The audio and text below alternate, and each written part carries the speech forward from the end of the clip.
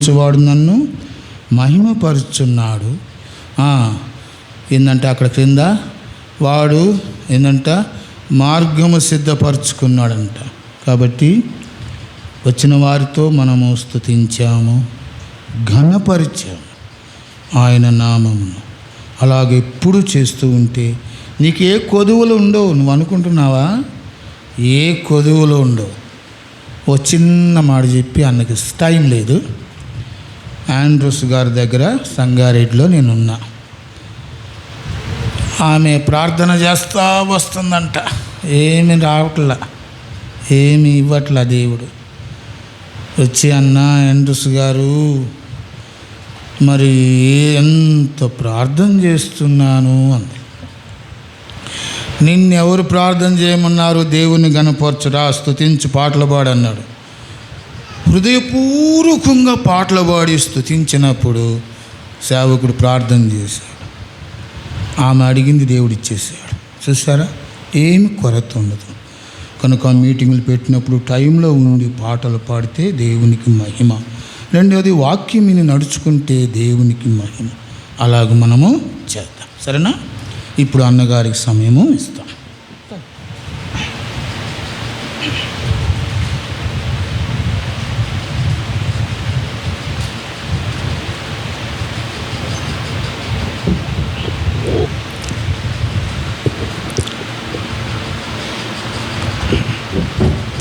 దేవుని వాక్యంలో నుండి కొరింథీయులకు రాసినటువంటి 2వ పత్రిక 5వ అధ్యాయము 15వ వచనం అందరం కలిసి చదువుకున్నాం. 2 Corinthians chapter 5 verse 15. Let us read all together please. అందరం కలిసి చదువుకుందామా?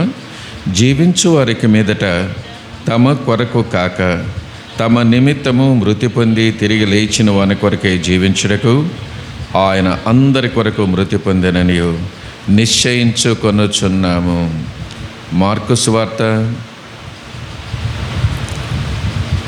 16వ అధ్యాయము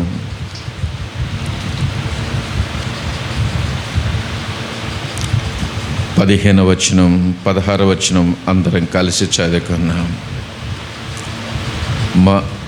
Gospel according to Mark 16th chapter verse 15 and 16. Let us read all together please. మరియు మీరు సర్వలోకమునకు వెళ్ళి సర్వ సృష్టి సువార్తను ప్రకటించుడి. నమ్మి బాప్తిసం పొందినవాడు రక్షించబడును, నమ్మని వానికి శిక్ష విధింపబడును. ప్రార్థన చేస్తున్నామా? దయగలిగిన తండ్రి, నీ పరిశుద్ధ పాదములకు వందనాలు చెల్లిస్తున్నాం. ఉదయకాల సమయంలో ప్రభువా హృదయమారా ఆరాధించుకోవటానికి మీరు సహాయం చేశారు. తర్వాత ప్రభు బల్ల సమయంలో దేవా మమ్మలను తొట్టిల్లకుండా కాపాడటానికి శక్తి కలిగినటువంటి దేవుడవని పేతురు ద్వారా మాతో మీరు మాట్లాడుతూ వచ్చారు. అందుకే వందనాలు. తిరిగి రాత్రి కూడి కొరకే మిమ్మల్ని సమకూర్చినందుకే వందనాలు. ప్రభా ఈ సమయంలో చదువుకున్న లేఖన భాగాన్ని దీవించము. వచ్చిన వారిని బట్టి వందనాలు. ఇంకెవరైతే రావాలని ఆశతో ఉన్నారో ప్రభా త్వరపెట్టుము. ఏది కూడా ఆటంకం లేకుండా మీ ఇంటికి రావటానికి సహాయం చేయండి. సోదరు శ్యామ్ మరి ట్రాన్స్లేషన్ కోసం చిలకలూరుపేట వెళ్ళాడు. ప్రభా తను చేసేటువంటి పరిచయను కూడా దీవించము, కుటుంబాన్ని ఆశీర్వదించు. దేవుని ఇంటికి వచ్చేటువంటి ప్రతి ఒక్కరిని పేరు పేరు వరుసన దీవించమనుతున్నాం, సహాయం చేయండి. చదువుకునే బిడ్డలను మీ చేతిలో పెట్టుకుంటున్నాం. అనేక సమస్యల గుండా వెళ్ళేటువంటి వారిని మీ చేతిలో పెట్టుకుంటున్నాం తండ్రి. మరి వ్యాధి మరి బాధలతో బాధపడేటువంటి వారి కొరకై, వృద్ధుల కొరకై ప్రార్థిస్తున్నాం ప్రభా. మీ దాసుని కోసం కూడా ప్రార్థిస్తున్నాం. దాసునితో సహకరిస్తున్నటువంటి కుటుంబాలను, విశ్వాసాలను మీ చేతిలో పెట్టుకుంటూ ఈ చివరి కోడికను మాకెంతో ఆశ్చర్యకరంగా చేయమని, సమయానికి నేను కూడా మరి స్టేషన్కి వెళ్ళటానికి ప్రభా, మరి ట్రైన్కి అందుకోవటానికి, ఇంటికి క్షేమకరంగా వెళ్ళటానికి మీరే సహాయం చేయమని మా ప్రభును ప్రియ రక్షకుడైన యేసు ప్రభు వారి ఘనమైన నామములో బ్రతిమలాడి వేడుకుంటున్నాను తండ్రి. ఆమేన్, ఆమేన్. ఈరోజు మన వాక్య భాగం ఏందో తెలుసండి? 2 కొరింథీ 5వ అధ్యాయము 15వ వచనం. జీవించేవారు ఎవరి కొరకు జీవించాలంట? తమ కొరకు ప్రాణం పెట్టి మృతి చెందినటువంటి ఆ ప్రభు కొరకు జీవించాలని తీర్మానం చేసుకోవాలంట. ఏం తీర్మానం చేసుకోవాలా? ఇక జీవిస్తే, బ్రతికితే ఎవరి కోసం జీవిస్తాను? ఎవరి కోసం జీవిస్తాను? నా కోసం కాదు, నా భర్త కోసం కాదు, నా భార్య కోసం కాదు, నా పిల్లల కోసం కాదు. ఎవరి కొరకు జీవించాలి? నా కొరకు ప్రాణం పెట్టి సమాధి చేయబడి తిరిగి లేచినటువంటి నా ప్రభు కొరకు నేను జీవిస్తానని తీర్మానం చేసుకోను. అంటే వాళ్ళందరిని వదిలిపెట్టమని కాదు, వాళ్ళని వదిలిపెట్టమని. వాళ్ళకి ఇవ్వాల్సిన సమయం వాళ్ళకి ఇవ్వాలి.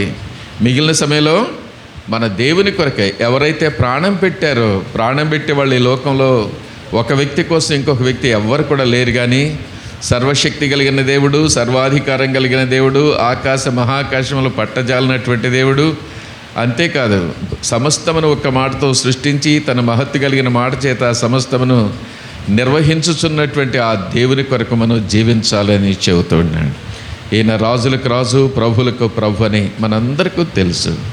అంత గొప్ప దేవుడైండి తను తగ్గించుకొని చెడిపోయిన పనికి మాలినటువంటి మన కొరకు ప్రాణం పెట్టాడే. అంత గొప్ప దేవుడు మన కొరకు ప్రాణం పెడితే మనం ఏం చేయాలి చెప్పండి? ఇక జీవించేది నా కొరకు నేను జీవించను. ఎవరి కొరకు జీవిస్తాను? నా కొరకు ప్రాణం పెట్టినటువంటి ప్రభు కొరకు జీవించాలి అని తీర్మానం చేసుకోవాలి. తీర్మానం చేస్తున్నారు రాత్రి. ఎవరు తీర్మానం చేసుకుంటారంటే, యేసు ప్రభు వారు సిలువలో ఎంత శ్రమపడ్డాడో, బాధపడ్డాడో, మరి శరీరం ఎంత గాయపరచబడిందో, రక్తాన్ని ఎలా కారుస్తూ వచ్చాడో, ఆ బాధను భరించలేక సిలువలో బిగ్గరగా కేక వేసి తన ప్రాణం విడిచాడో, ఇవన్నీ చూసినటువంటి వారు మరి ఇక జీవిస్తే నా కోసం కాదు, ఇంత నన్ను ప్రేమించేంత త్యాగం చేసాడే ఆ ప్రభు కొరకు జీవిస్తానని మరి తీర్మానం చేసుకునేవారుగా ఉంటారు. ఇవన్నీ చూసింది ఎవరో తెలుసా అండి? శిష్యులు. చూసారా లేదా? శిష్యులు ఏం చూశారు చెప్పండి? కొరడాలతో కొడుతుంటే చూశారు, పిడిగుద్దులు గుద్దుతూ ఉంటే చూశారు, ఉమ్మి వేస్తూ ఉంటే చూస్తూ వచ్చారు. సిలువు పైన మరి చీలలు కొడుతూ ఉంటే ఆయన చూస్తూ వచ్చారు. ముళ్ళ కిరీటం తలపైన పెడితే మరి తలపైన పెట్టి కర్రతో కొట్టినప్పుడు రక్తం అట్లా చిందించబడినప్పుడు ఆయన చూస్తూ వచ్చారు. బిగ్గరగా కేక వేసి ప్రాణం విడిచింది శిష్యులు చూస్తూ వచ్చారు. అదంతా చూసినటువంటి వారు యేసుప్రభు చనిపోయి తిరిగి లేచిన తర్వాత ఆయన ఒక మాట చెప్పాడు. అదే మార్కు సువార్త 16:15-16 చూస్తూ వచ్చాను. మీరు సర్వలోకానికి వెళ్ళండి. తిరిగి లేచిన తర్వాత శిష్యులకు ఒక ఆజ్ఞ ఇచ్చాడు. ఏం ఆజ్ఞ ఇచ్చాడు? సర్వలోకానికి వెళ్ళండి, సర్వ సృష్టికి సువార్తను ప్రకటించండి, నమ్మినవాడు రక్షించబడతాడు, నమ్మనటువంటి వాడు శిక్ష అనుభవిస్తాడని యేసు ప్రభు వారు తన శిష్యులకు ఆజ్ఞాపించాడు. యేసు ప్రభు వెళ్ళిన తర్వాత మరి దేవుని ఆజ్ఞ నెరవేర్చాలి కాబట్టి చీట్లు వేసుకున్నారు. ఆ దినాల్లో చీట్లు వేసేటువంటి ఆనతి ఉంటుందన్నమాట. కాబట్టి మరి చీట్లు వేస్తే శిష్యులకు ఒక్కొక్క ప్రాంతానికి వెళ్ళమని చీట్లు పడతాయి. మొదటిగా మత్తయికు ఇథియోపియా దేశానికి వెళ్ళమని చీటీ పడుతుంది. ఇథియోపియా దేశం ఎక్కడ ఉంటున్నది? ఆఫ్రికాలో ఉంటుంది. ఆఫ్రికా అంటే బ్లాక్ పీపుల్ ఉండేటువంటి ఏరియా. అక్కడ పోయి వాళ్ళు విగ్రహాలను పూజిస్తూ ఉంటే, ఈ విగ్రహాలు మిమ్మల్ని రక్షించవు, యేసు ప్రభువే నిజమైనటువంటి దేవుడు, ఆయన మీ కొరకే ప్రాణం పెట్టాడు, రక్తం కార్చాడు, చనిపోయాడు, తిరిగి లేచాడు, తిరిగి లేచినటువంటి ఆయన ఇంకొకడు లేడు, కాబట్టి ఆయన నమ్ముకుంటే మీ పాపాలు క్షమించబడతాయి, నమ్ముకోకపోతే చనిపోతే నరకానికి పోతాను అని చెప్పినప్పుడు తన యొక్క చెవుల్లో చలచల కాగేటువంటి నూనె పోసారంటాడు. ఏమైపోయి ఉంటాడు చెప్పండి? చెవిటివాడైపోయాడు. చెవిటివాడైపోతే నోరేమవుతుందని మరి నోటితో చెబుతూ వచ్చారు. 4 కోసి వేశారు. అయినా చెబుతూ వచ్చాడు. కళ్ళు బెరికేశారు, గుడ్డివాడైపోయాడు. ఆయన చెరసాలు వేశారు, అయినా చెబుతూ వచ్చాడు. ఇట్లా లాభం లేదని కాల్చటానికి మరి కట్టెలన్నీ పేర్చి గంధకాన్ని పోసి మధ్యలో అతను పెట్టి నిప్పంటిస్తారు. ఆ నిప్పు కట్టెలన్నింటినీ కాలుస్తూ వచ్చింది, కానీ మరి మత్తయిని మాత్రం ఏమీ చేయలేకపోతూ వచ్చిందంట. అదే సమయంలో ఆ దేశపు రాజు మత్తయిని వదిలిపెట్టి ఈ నిప్పు ఆ రాజును వెంబడిస్తూ పోయిందంట. రాజు పరిగెత్తుకుంటూ తన యొక్క మరి ప్యాలెస్కి వెళ్ళిపోయాడు. తను ఉండేటువంటి అంతఃపురానికి వెళితే ఇక ముందుకు పోకుండా చుట్టూ తిరుగుతూ వచ్చిందంట. అప్పుడు రాజు మత్తయిని పిలిచి నా కోసం ప్రార్థన చేయమన్నాడు. ప్రార్థన చేసిన తర్వాత నిప్పు పోతుంది. కాబట్టి ఆ సమయంలో రాజు యేసుప్రభుని నమ్ముకుంటాడు. ఆయన ప్రార్థన చేసిన దాన్ని బట్టి, ఆ నిప్పు పోవటాన్ని బట్టి, ఆ అగ్ని తన చుట్టూ ఉన్నటువంటిది పోవటాన్ని బట్టి రాజు యేసుప్రభు నిజమైన దేవుడని నమ్ముకుంటాడు. రాజు నమ్ముకుంటే మిగిలినటువంటి వాళ్ళు నమ్ముకుంటారా లేదా? తప్పకుండా నమ్ముకుంటారు. ఆ విధంగా ఆఫ్రికా దేశానికి మరి మత్తయి ద్వారా దేవుని యొక్క సువార్త పోయింది. ఈ రాజు చనిపోతాడు, అయితే ఇంకొక రాజు వస్తాడు. ఆ రాజు పూర్తిగా విగ్రహారాధికుడు. ఈ మత్తయి వలన క్రైస్తవ్యం పెరిగిపోతూ ఉంది అని కూరగాయలను ఎట్లయితే నరుకుతారో శరీరాన్ని ముక్కలు ముక్కలుగా చేయమంటూ వచ్చాడంటే, ముక్కలు ముక్కలుగా చేయటానికైనా ఒప్పుకుంటా వచ్చాడు. కానీ యేసు ప్రభు తిరిగి లేవలేదు.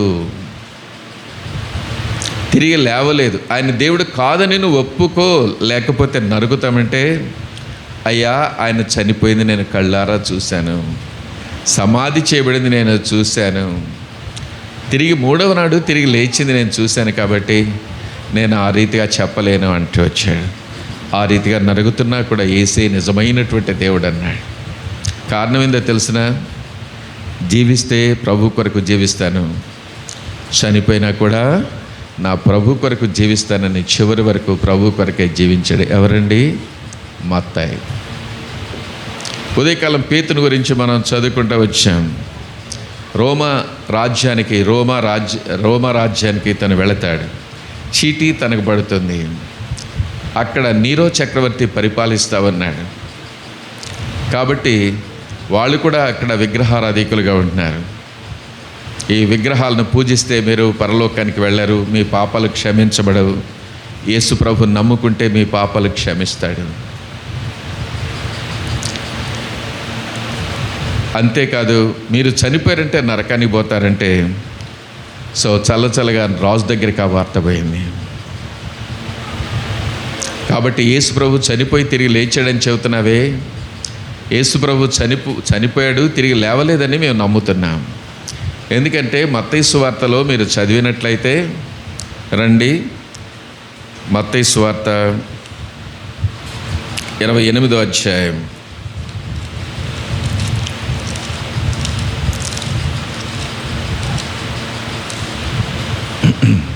15వ వచనం చదవండి. అప్పుడు వారు ఆ ద్రవ్యము తీసుకొని తమకు బోధింపబడిన ప్రకారము చేసిరి.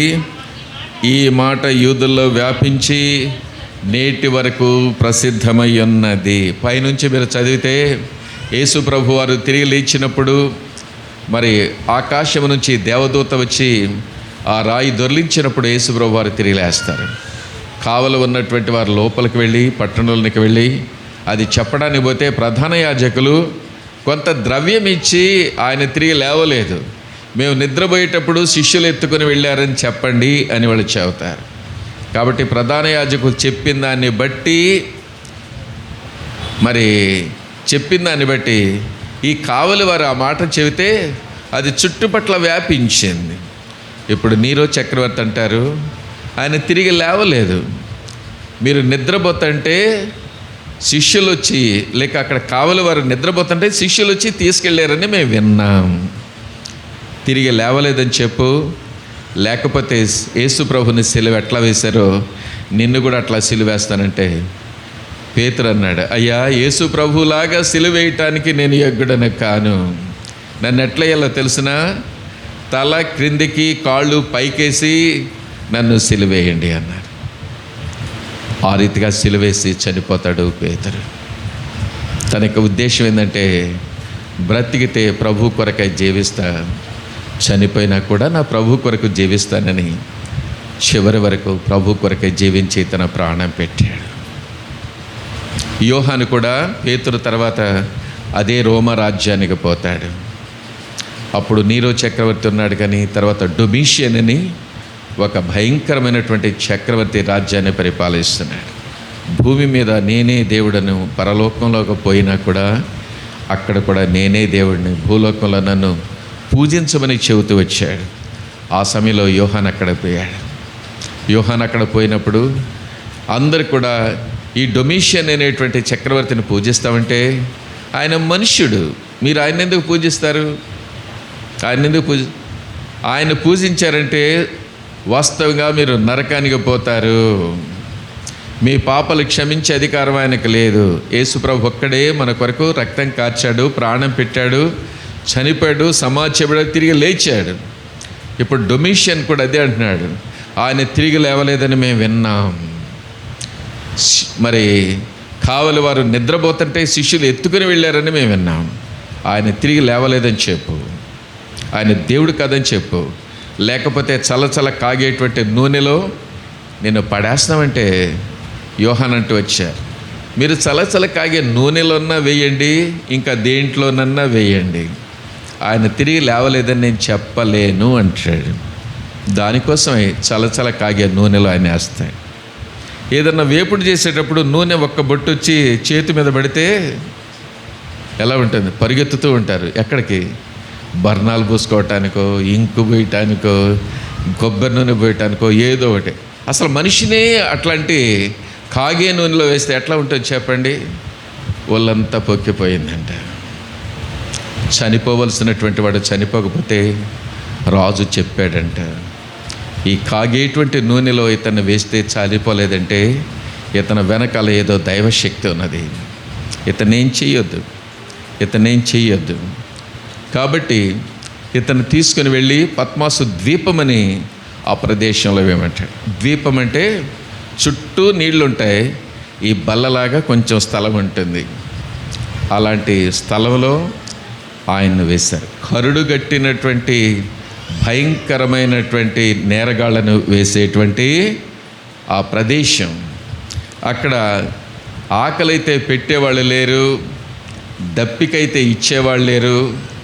ఈ పొంగినటువంటి ఒళ్ళు, మరి ఈ బొబ్బలన్నీ కూడా పగిలి నీరుగారుతుంటే ఆ చల్లటి గాళ్ళకు తీపు మరి బాధ కలుగుతూ ఉంటే ఓదార్చేటువంటి వారు లేరు. అలాంటి సమయంలో యోహాను ఆత్మవశుడై ప్రకటన గ్రంథం 1వ అధ్యాయం 6వ వచనంలో దేవుని స్తుతిస్తామంటాడు. ప్రభువా, నన్ను ప్రేమించావు, నన్ను ప్రేమించి నీ రక్తం కార్చావు, నీ రక్తము చేత నా పాపముల నుంచి నన్ను విడిపించినందుకు నీకే మహిమ ఘనత ప్రభావాలు చెల్లునుగాకని తన శ్రమలో బాధలో దేవుని స్తుతిస్తూ వచ్చాడు. శ్రమ బాధలు వస్తే మనం ఎవరైనా దేవుని స్తుతిస్తారా? పాటలు పాడతారు అసలు? కానీ అతడు దేవుని స్తుతిస్తూ వచ్చాడు. ఆస్తంతా పోయింది యోబుకు. యోబు గ్రంథం 1వ అధ్యాయంలో 21వ వచనంలో యోబు కూడా అంత శ్రమలో యెహోవా ఇచ్చెను, యెహోవా తీసుకొను, యెహోవా నామమునకే స్తుతి కలుగును గాక అని దేవుని స్తుతించినటువంటి వాడిగా ఉంటున్నాడు. ప్రియమైనటువంటి వాళ్ళరా, ఈ రీతిగా శిష్యులు భయంకరమైనటువంటి శ్రమల గుండా వెళుతూ వచ్చారు. మరి లెబ్బై అనేటువంటి ఒక సేవకుడు ఉన్నాడు, ఒక శిష్యుడు 12 మందిలో ఒకరున్నారు. పర్షియా దేశానికి వెళ్ళి ఇదే విధంగా వాళ్ళు విగ్రహారాధికులైతే దేవుని మరి స్వార్థ చెబుతూ వచ్చాడు. తన పేరు మీద పర్షియా దేశానికి పొమ్మని వస్తుంది. అక్కడ పోయి దేవుని యొక్క స్వార్థ చెబుతామంటే యేసు ప్రభు నిజమైన దేవుడు, ఆయన ఈ లోకానికి వచ్చాడు, మానవుల కొరకే ప్రాణం పెట్టాడు, రక్తం కార్చాడు, మరి చనిపోయి సమాజబడి 3వ నాడు లేచాడు. ఆయనే నిజమైన దేవుడు అంటే ఆయన దేవుడు కాదు, తిరిగి లేవలేదని చెప్పు. లేకపోతే రంపంతో కోస్తామంటే ఆయన ఏమన్నాడు తెలుసండి? మీరు రంపంతోనన్నా కొయ్యండి, ఇంకా దేనితోనైనా కొయ్యండి, ఆయన తిరిగి లేచినటువంటిది ముమ్మాటికి వాస్తాము. ఆయన నిజమైనటువంటి దేవుడు, మీ పాపలు క్షమించే దేవుడు అన్నందుకు రంపాలతో కోస్తారు. మరి హెబ్రీలు రాసినటువంటి పత్రిక 11వ అధ్యాయంలో రంపాలతో కోయబడిరి అనేటువంటిది ఆయన గురించి. నీ సాక్ష్యం ఏదనేటువంటి పాటలో రంపాలతో కోయబడిరి, సింహాలలో బోన్లో వేయబడిరి. మరి ఆ రంపాలతో కోయబడిరి అనేటువంటి ఆ పాట ఆయన గురించి. ఆ రీతిగా వారు చివరి వరకు తన యొక్క ప్రాణం పెడుతూ వచ్చారు. తోమ అనేటువంటి ఒక శిష్యుడు నేరుగా యెరూషలేము నుంచి, యోధా దేశము నుంచి కేరళకు వస్తాడు మన దేశానికి. మలబార్ రీజియన్లో బ్రాహ్మణులు సంధ్యావందన సమయంలో ఒక నదిలో నీళ్ళట్లా పైకి చల్లి మంత్రాలు చదువుతూ ఉంటారు. ఆ సమయంలో వాళ్ళ దగ్గర పోయి, మీరు పైకేసేటువంటి ఈ నీళ్లు కిందికి రావు, నేను నమ్ముకున్నటువంటి దేవుడిని మీరు నమ్ముకోండి అని చెబుతాడు. వాళ్ళు ఒక ఛాలెంజ్ చేస్తారు. మలబారు దీవుల్లో బ్రాహ్మణులు సంధ్యావందనం చేస్తూ మరి కొన్ని మంత్రాలు చదువుకుంటూ నీళ్లు పైకేస్తారనమాట. పైకేసినప్పుడు పైన ఉంటాయా కింద ఉంటాయా? కింద పెడతాయి. తోమ ఛాలెంజ్ చేశాడు, నేను నమ్ముకున్నటువంటి దేవుని కనుక మీరు నమ్ముకుంటే ఆ నీళ్ళు అట్లానే ఉంటాయి. వాళ్ళు అన్నారు, మేము ఎగరేసేటువంటి నీళ్ళు కనుక అట్లా ఉంటే నువ్వు చెప్పే దేవుని నమ్ముకుంటాం, లేకపోతే కిందకి దిగినాయి అంటే ఈయన ఏం చేసి ఉంటారు చెప్పండి? ఏం చేసి ఉంటారు? అయితే ఛాలెంజ్ చేస్తూ వచ్చాడు, నా దేవుడు చేస్తాడు. కాబట్టి ప్రార్థన చేస్తాడు, దేవా వీళ్ళు నిన్ను నమ్ముకునేటట్లుగా వాళ్ళు ఎగరేసినటువంటి నీళ్ళు అట్లనే ఉండాలి అని. సో తను ప్రార్థన చేసిన తర్వాత ఇప్పుడు వేయండి అన్నా అంటే వేసిన తర్వాత నీళ్ళు అట్లనే ఉండిపోయినాయి అంటే ఇది ఎట్లా సాధ్యం అవుతుంది? ఈ దేవుడు ఎవరు అని చెప్పినప్పుడు యేసు ప్రభుని గురించి చెబుతారు. కేరళలో మొట్టమొదట ప్రభు నమ్ముకున్నటువంటి వాళ్ళు ఎవరంటే బ్రాహ్మణులు, తర్వాత మిగిలినటువంటి కులాలు నమ్ముకుంటారు. అందుకని క్రిస్టియానిటీ కేరళలో ఎక్కువగా వ్యాపించినటువంటిదిగా ఉంది అని మనం చూస్తాం. కేరళలో దేవుని వాక్యం చెప్పి అనేక మంది నమ్ముకున్న తర్వాత ఆ మార్గం గుండా తమిళనాడుకి వస్తాడు. తమిళనాడులో కూడా దేవుని వాక్యం చెప్తూ ఉంటే మత ఛాందస్తులు ఏం చేస్తారంటే బల్లాలతో పొడిచి చంపుతారు. అందుకనే అక్కడ ఉన్నటువంటి ఒక కొండకు మౌంట్ థామస్ అని ఒక పేరు ఉంటుంది. థామస్ ఎక్కడైతే ఒక కొండలో చనిపోతాడో గుహలో ఆయనకు వెళతా ఉంటే బల్లాలతో పొడిచి చంపుతారన్నమాట. ఆ యొక్క కొండకు ఆయన పేరు పెడతారు, మౌంట్ థామస్ అని. అక్కడ చర్చి కూడా కట్టారు, మౌంట్ థామస్ చర్చ్ అని. ఆ రీతిగా శిష్యులు వారి ప్రాణాలను పెడుతూ వచ్చారు. నేను కొంతమందినే చెబుతూ వచ్చాను, 12 మందిలో. మిగిలినటువంటి వారిని అన్నని అడగండి, మీకు చెబుతాడని నేను అనుకుంటాను కదండి. ఆ రీతిగా ప్రభు కొరకై జీవించారు. కారణం ఏందో తెలుసండి, వారందరూ కూడా యేసు ప్రభు ఎలా చనిపోయాడో, ఏ రీతిగా సమాధి చేయబడ్డాడో, ఏ రీతిగా తిరిగి లేచాడో చూశారు కనుక వారందరూ కూడా ఇక జీవిస్తే ప్రభు కొరకు జీవించాలి. మార్కు కూడా అలెగ్జాండ్రియా దేశానికి వెళ్తాడు. అలెగ్జాండ్రియా అంటే ఐగుప్తులో ఉంటుంది. అక్కడ పోయి కూడా ఇదే సువార్త చెబుతాడు ఇతను. వాళ్ళంతా విగ్రహారాధికులు. ఈ విగ్రహాలు నమ్ముకుంటే మీరు నరకానికి పోతారు, యేసు ప్రభువుని నమ్ముకోండి. ఆయన లోకానికి వచ్చినటువంటి దేవాతి దేవుడు మన పాపాల కొరకై తన రక్తాన్ని కార్చాడు. ఆయన రక్తం ప్రతి పాపం నుంచి కడిగి పవిత్రులుగా చేస్తూ ఉంటుంది. ఆయన నమ్ముకుంటే మీ పాపాలు క్షమించబడతాయి, చనిపోతే నరకానికి పోకుండా పరలోకానికి వెళతారని చెబుతారు. అప్పుడు ఐగుప్తు రాజు యేసు ప్రభు దేవుడు కాదని చెప్పు, ఆయన తిరిగి లేవలేదని చెప్పు, లేకపోతే నిన్ను రథాన్ని గట్టి లాగిస్తామన్నాడు. మీరు రథాన్ని కట్టండి, ఇంకా దేనికైనా కట్టండి, నేను మాత్రమైన దేవుడు కాదని నేను చెప్పలేను అని మార్కు యేసు ప్రభుని వెంబడించినటువంటి వాళ్ళలో ఈయన కూడా ఒకడన్నమాట. రథాన్ని గట్టి లాగుతూ ఉంటే రథం ఎట్లా పోద్దండి? మనం పోయినట్టు పోద్దా? ఎట్లా పోతుంది? రథానికి గుర్రాలు ఉంటాయి, అవి ఎంత స్పీడ్ పోతాయో తెలియదు. కాబట్టి తన చేతులు ఆ రథాన్ని గట్టి లాగుతూ ఉంటున్నప్పుడు ఆ రోడ్డు మీద ఉన్నటువంటి రాళ్లకు వాటికి వీటికి తగిలి మాంసము చీల్చుకుపోతున్నా కూడా యేసే నిజమైనటువంటి దేవుడు అని చెబుతూ వచ్చాడు. యేసే నిజమైనటువంటి దేవుడని. అట్లా కట్టి లాగించినా కూడా చనిపోకపోతే 2 గుర్రాలకు 2 చేతులు, 2 గుర్రాలకు 2 కాళ్ళు కట్టేసి ముందు వాటినిట్లు వెనక వాటినట్లు అంటే శరీరం చీల్చుకుపోయి ఆ రీతిగా చనిపోతాడు. మరి శిష్యుల యొక్క జీవిత చరిత్ర మన యొక్క శరీరాలను గగురుపుడ్చేటువంటిదిగా ఉంటుంది. ఆ రీతిగా ఒక్కొక్కరు మరణించినటువంటి వారుగా ఉంటున్నారు. వాళ్ళ యొక్క ఉద్దేశం ఏంటంటే ఇక జీవిస్తే ప్రభు కొరకు, చనిపోయినా ప్రభు కొరకే అని ప్రభు కొరకు జీవించినటువంటి వారుగా ఉన్నారు. ఒకసారి ఒక ఆయన ఒక గ్యాలరీకి వెళ్ళి, ఫోటో గ్యాలరీకి వెళ్ళి ఒక ఫోటోని కొనుక్కొని వచ్చాడంటండి. కొనుక్కొని వచ్చి బల్ల మీద పెట్టుకొని కుర్చీలో కూర్చొని చూస్తూ ఉన్నాయంట. మరి ఆ ఫోటో ఎవరిదంటే ప్రభు అయిన యేసుక్రీస్తు వారిది. ప్రభు అయిన యేసుక్రీస్తు వారిది.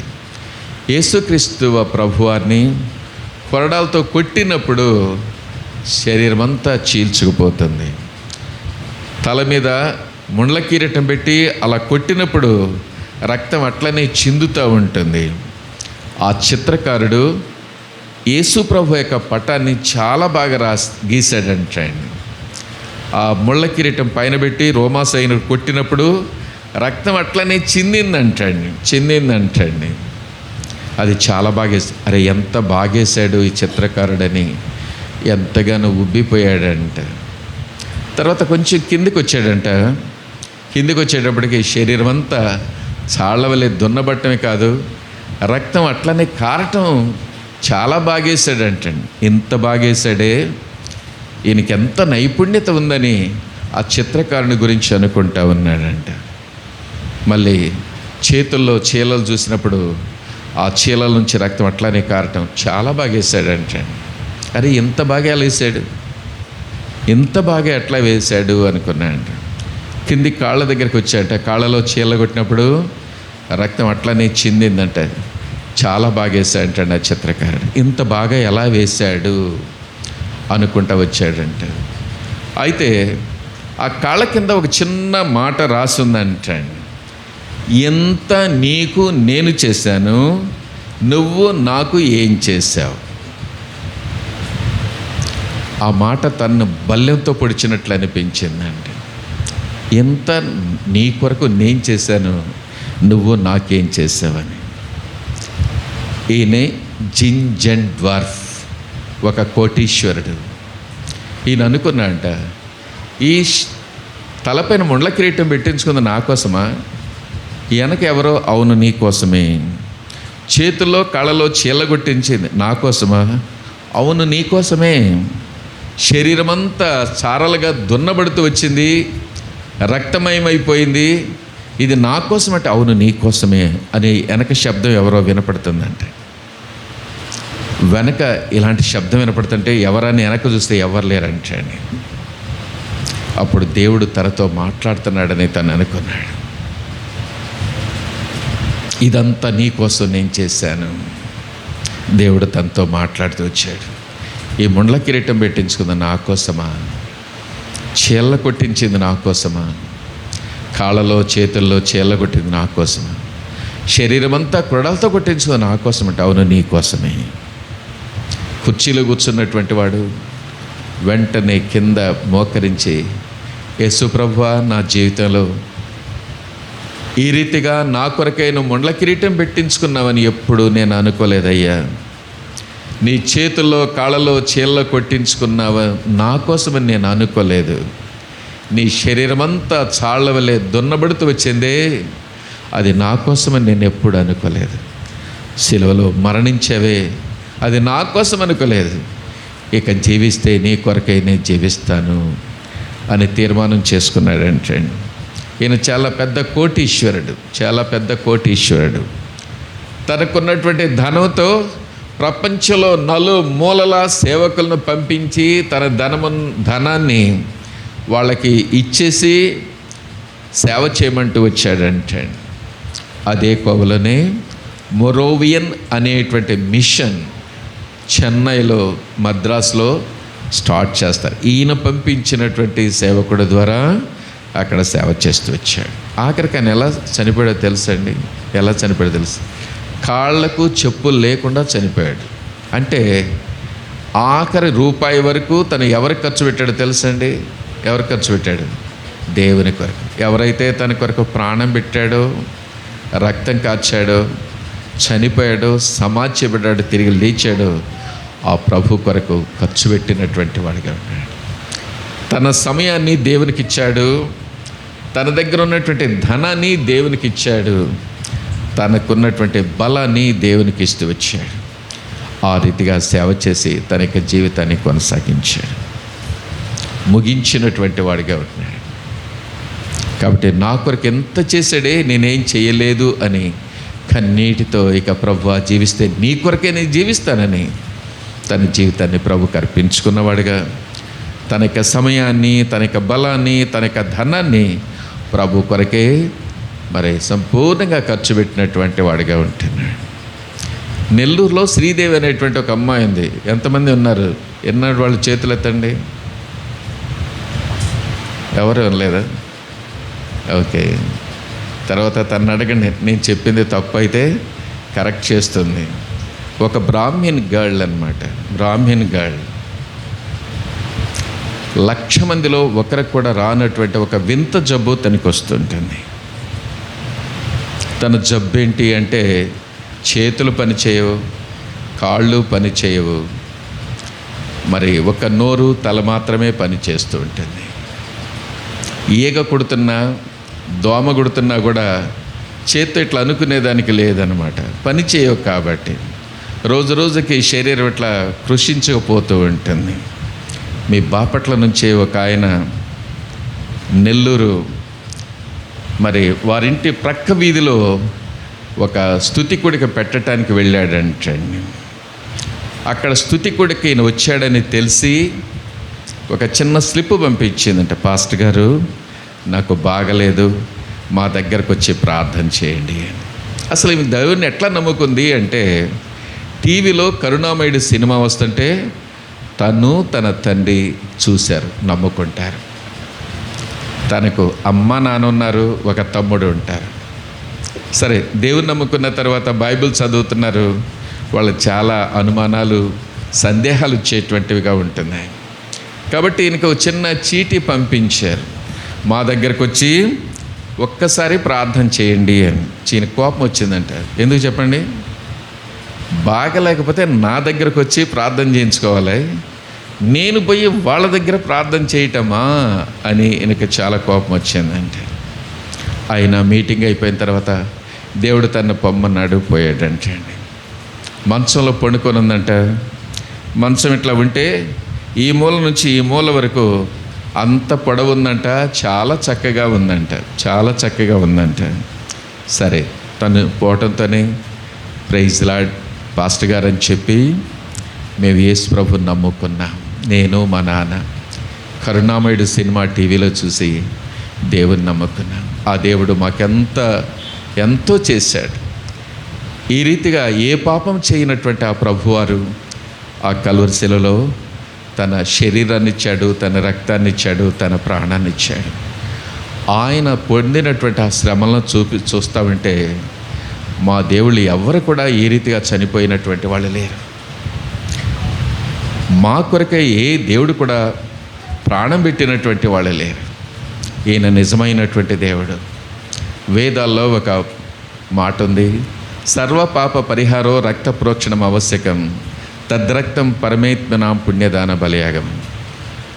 సర్వమానవులు పాపం చేశారు, పాపాలు పరిహరించబడటానికి రక్తం ఒలికించాలి. తద్రక్తం పరమేత్మనాం పుణ్యదానం. పరమేశ్వరుడే ఈ లోకానికి వచ్చి చనిపోతాడు, ఆయన రక్తమే మానవుల యొక్క పాపాలని పరిహరించి వేస్తుంది అని ఉంది. మరి మా దేవుళ్ళు ఎవరు కూడా పాప క్షమాపణ కొరకే వారి రక్తాన్ని చిందించినటువంటి వారు లేరు, ఈయనొక్కడే. కాబట్టి మేము నమ్ముకున్నాం. అయితే నాకు అనారోగ్యంగా ఉంది, నా కోసం ప్రార్థన చేయమని చెప్పాడు. అంతేకాదు, ప్రార్థన చేసిన తర్వాత మీకు అప్పుడప్పుడు ఉత్తరం రాస్తాం.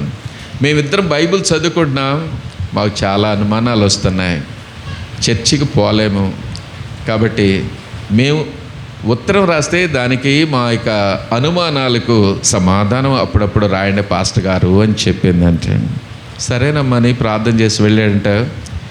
కొన్ని రోజుల వరకు, కొంతకాలం వరకు వీళ్ళు ఉత్తరాలు రాస్తామంటే బైబిల్లో వాళ్ళు చదివినటువంటి భాగంలో అనుమానాలు వస్తే వాటికి రిప్లై ఇస్తూ వచ్చా, సమాధానం ఇస్తూ వచ్చాయంట.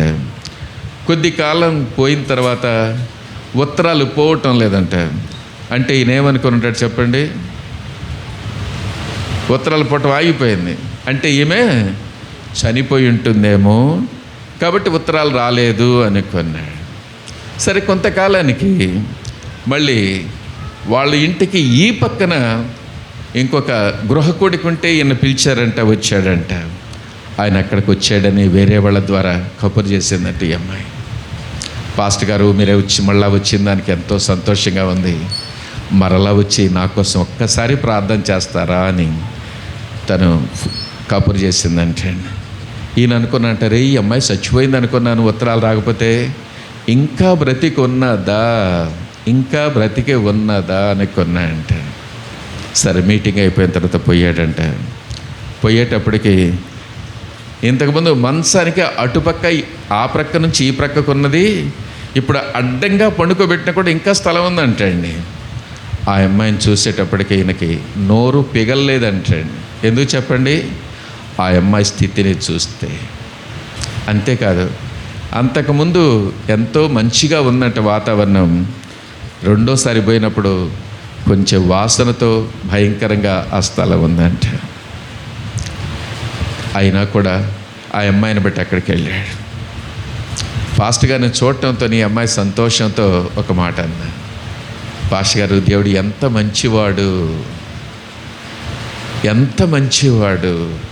దేవుడు నా ప్రార్థన ఆలకించాడు అని. ఆ అమ్మాయి పరిస్థితి చూసి ఈయన ప్రార్థన చేయటానికి నోరు పిగలలేదంట. ఈ అమ్మాయి దేవుడు ఎంత మంచివాడంటే, ఏంటమ్మా ఈ స్థితిలో ఉండి దేవుడు ఎంత మంచివాడు అంటుంది ఏంటని ఈయనకి అర్థం కాలేదంట. తల గింగుర్లు తిరిగిందంట. రెండో మాట, దేవుడు నా ప్రార్థన ఆలకించాడు. అమ్మా దేని బట్టి నువ్వు అంటున్నావు అన్నాడు. అమ్మాయి చెప్పిందంట, నేను బాగలేదు, నన్ను మా నాయన చూసుకుంటా ఉన్నాడు. మా నాయనకి పక్షవాయు రోగం వచ్చింది. మా అమ్మకు మా తమ్ముడికి నన్ను మా నాయన చూసుకోవటానికి చాలా కష్టం అయిపోయింది. చాలా బాధపడుతున్నారు, విసుక్కుంటా ఉన్నారు. అప్పుడు నేను ప్రార్థన చేశాను, దేవా నన్నైనా తీసుకో, మా నాయనైనా తీసుకో, ఇద్దరిని చూడటానికి వాళ్ళకి కష్టం అయిపోయింది అని ప్రార్థన చేశాను పాస్టర్ గారు. దేవుడు మా నాయన తీసుకున్నాడు. దేవుడు ప్రార్థన ఆలకించే దేవుడు ఎంత మంచి దేవుడు అన్నాడు. ఇప్పటికే ఆయనకు నోరు పడిపోయింది, నోరు విప్పటానికి కూడా ఆ పరిస్థితి, తన పరిస్థితి చూస్తే నోరు తెరవలేకుండా ఉన్నాడు. ఈ మాట చెప్పేటప్పటికి ఇంకా బాధ ఎక్కువైపోయిందంట తన గుండెల్లో. మూడవటి ఇంకొక మాట చెప్పిందంట, పాస్టర్ గారు నా పరిచర్య కోసం ప్రార్థన చేయండి అందంటే.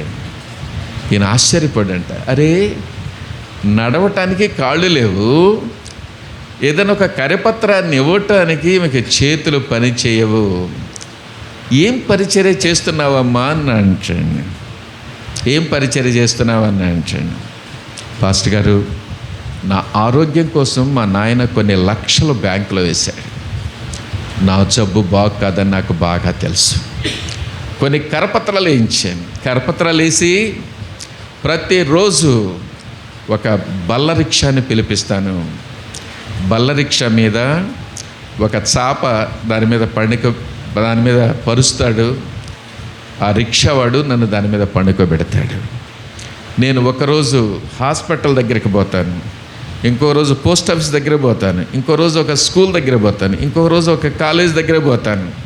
ఒక చెట్టు కింద ఇదే చాపను దాని కింద వేస్తాడు, నన్ను ఆ చాప మీద పండుకోబెడతాడు.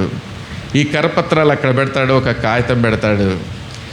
పోయే వాళ్ళని వచ్చేవాళ్ళని ఈ కరపత్రం తీసుకుని చదవండి అని నేను అరుస్తాను. వాళ్ళు తీసుకుంటారు, చదువుతూ ఉంటారు. ఇలాంటి సేవ చేస్తున్నాను అందంటాడు. మనం ఎవరో అయినా అట్లాంటి సేవ చేస్తామండి. కాబట్టి ఈ సేవ చేస్తున్నాను, నా కోసం ప్రార్థన చేయండి అన్నాడంట. ఈయన స్టన్ అయిపోయాడంటండి, ఆశ్చర్యపోయాడంటండి. అరే, ఈ స్థితిలో ఆరోగ్యం లేదు, చేతులు పని చేయవు, కాళ్ళు పని చేయవు. అలాంటి ఈ అమ్మాయి ఒకరోజు కాలేజీలో, ఒకరోజు స్కూల్లో, ఒకరోజు పోస్ట్ ఆఫీస్ దగ్గర, ఒకరోజు హాస్పిటల్ దగ్గర, ఇట్లా ఒక్కొక్క రోజు పోయి దేవుని పని చేస్తూ ఉంది, కరపత్రాలు పంపిస్తుందని ఆశ్చర్యపోయాడంటే. ఆశ్చర్యపోయి ప్రార్థన చేశాడంట, వెళ్ళిపోయాడంటే. వెళ్ళిపోయి తను ఎక్కడైతే పని చేస్తున్నాడో అక్కడ చర్చిలో ఈమెను గురించి సాక్ష్యం చెప్పాడంట. నెల్లూరులో ఒక అమ్మాయి మొదటిసారి పోయినప్పుడు ఎట్లా జరిగింది, రెండోసారి పోయినప్పుడు ఎట్లా జరిగింది. ఆమె దినదినానికి కృషించిపోతూ ఉంది, శరీరం తగ్గుతూ ఉంది. మంచానికి ఈ చివరి నుంచి ఆ చివరి వరకు ఉన్నటువంటి వ్యక్తి అడ్డంగా పడుకోబెట్టినా కూడా ఇంకా స్థలం ఉంది. అలాంటి స్థితిలో ఇంట్లో పరిచర్య చేస్తుందని వాళ్ళ సంఘంలో చెప్పాడంటండి. సో మీటింగ్ అయిపోయిన తర్వాత బయటికి పాస్టర్ గారు వస్తే ఆ సమాజంలో నుంచి ఒక వ్యక్తి వచ్చాడంటండి. పాస్టర్ గారు, ఆ అమ్మాయి చేసేటువంటి సేవ ద్వారా నేను యేసుప్రభుని నమ్ముకున్నాను. యేసుప్రభుని నమ్ముకోవటమే కాదు, నేను సేవ చేస్తున్నా. నాలాగా సేవ చేసేవాళ్ళు 30 మంది నాకు తెలుసు. ఈ అమ్మాయి పరిచర్య ద్వారా 30 మంది నాకు తెలుసు. అంతేకాదు, 1000 మంది ఈ అమ్మాయి పరిచర్య ద్వారా రక్షించబడినటువంటి వాళ్ళు ఉన్నారు పాస్టర్ గారు అని చెప్పాడు. ఆశ్చర్యపడంట. కాళ్ళు పని చేయవు, చేతులు పని చేయవు, ఆరోగ్యం అంతకంటే లేదు. అలాంటి స్థితిలో ఎంతమందిని సేవకులు చేసిందండి? 30 మందిని. ఎంతమందిని రక్షించుకుందండి? 30 మంది పాస్టర్లు కాక 1000 మందిని రక్షించుకుంది. నీకు కాళ్ళు ఉన్నాయి, చేతులున్నాయి, భర్త ఉన్నాడు, భార్య ఉంది, పిల్లలు ఉన్నారు, ఇల్లు ఉంది, ఉద్యోగం ఉంది. నువ్వేం చేస్తున్నావు దేవుని కొరకు? ఆ అమ్మాయి యొక్క జీవితాన్ని చూస్తే మనందరికీ ఎంతో ఛాలెంజింగ్గా ఉంటుంది. ఒక్కరినైనా నీ యొక్క జీవితంలో ప్రభు కొరకు సంపాదించుకున్నావా? ప్రభు కొరకు రక్షించుకున్నావా? దేవునింటికి తీసుకొచ్చావా?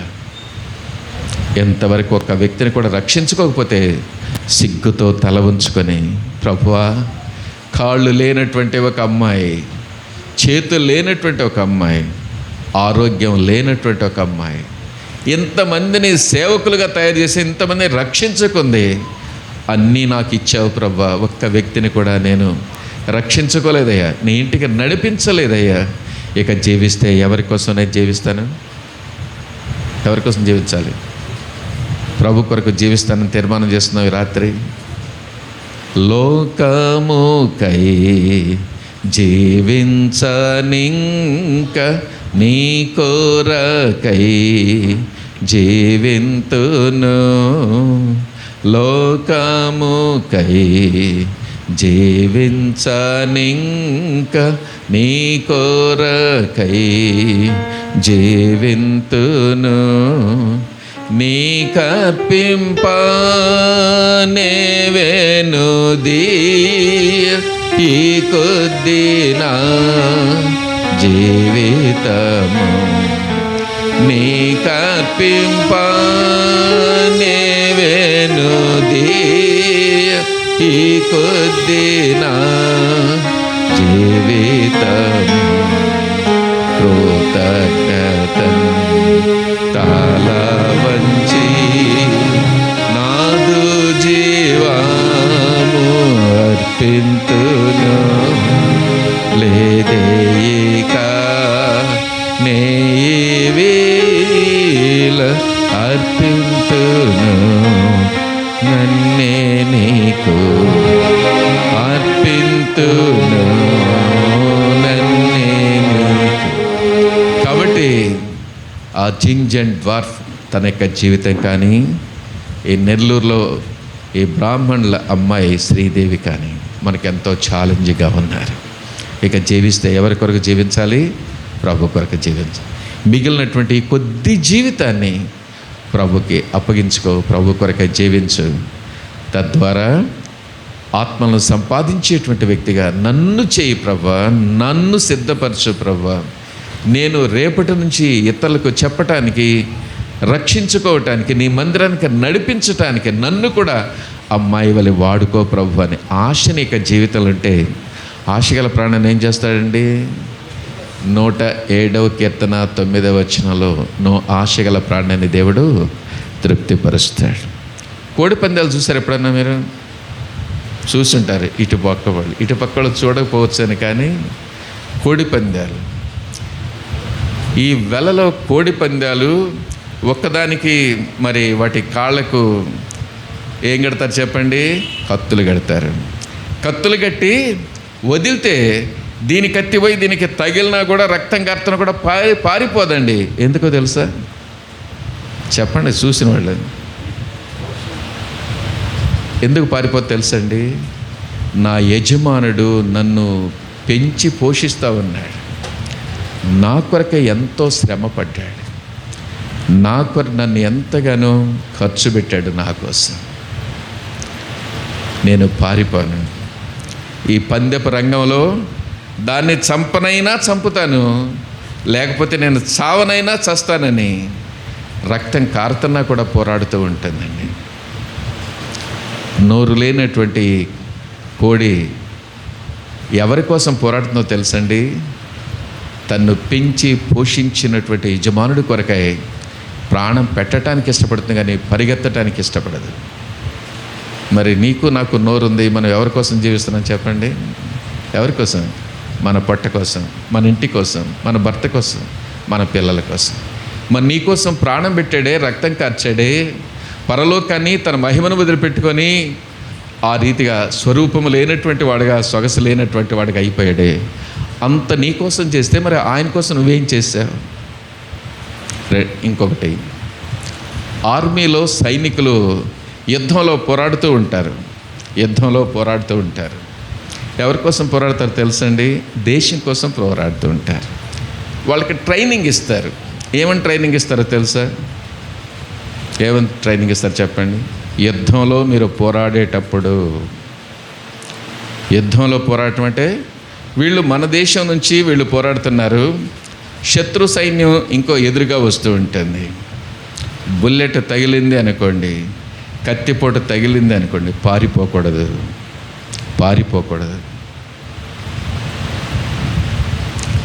నీ శత్రువుని చంపనైనా చంపు, లేకపోతే ఆ యుద్ధ రంగంలో ప్రాణం పెట్టడానికైనా నువ్వు తయారు కావాలి, కానీ పారిపోకూడదని మరి ఆర్మీలో చేరినటువంటి సైనికులకు ఆ రీతిగా తర్ఫీదిస్తూ ఉంటారు.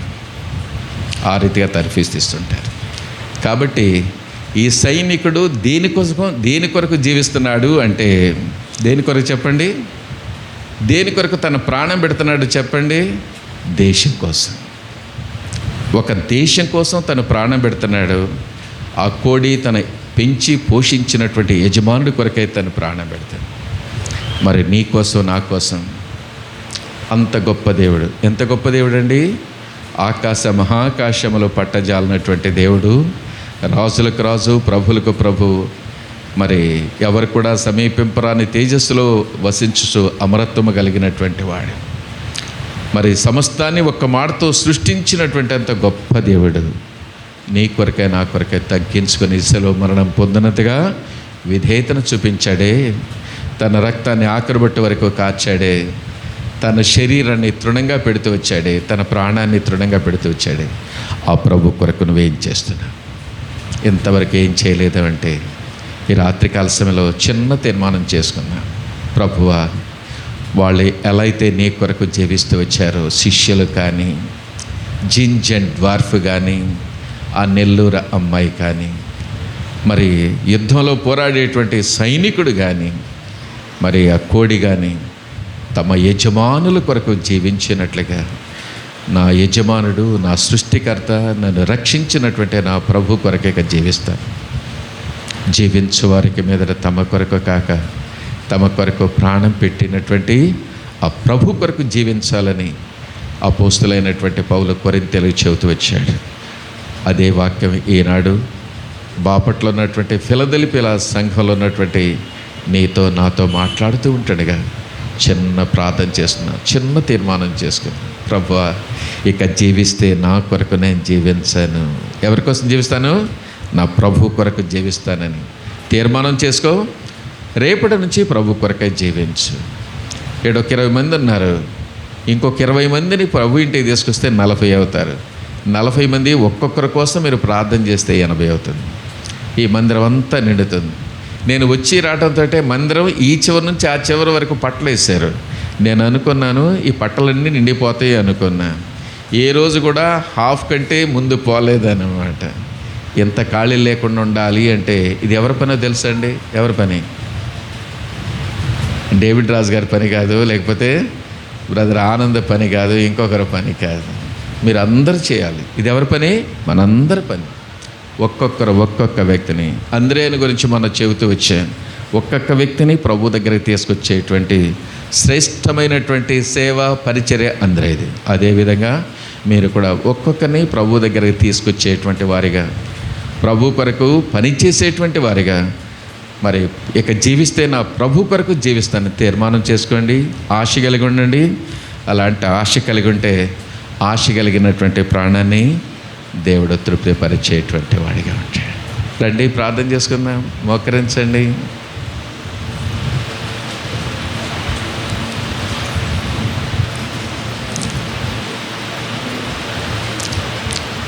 సో ఇక మీదట జీవిస్తే ప్రభు కొరకు నేను జీవిస్తాను,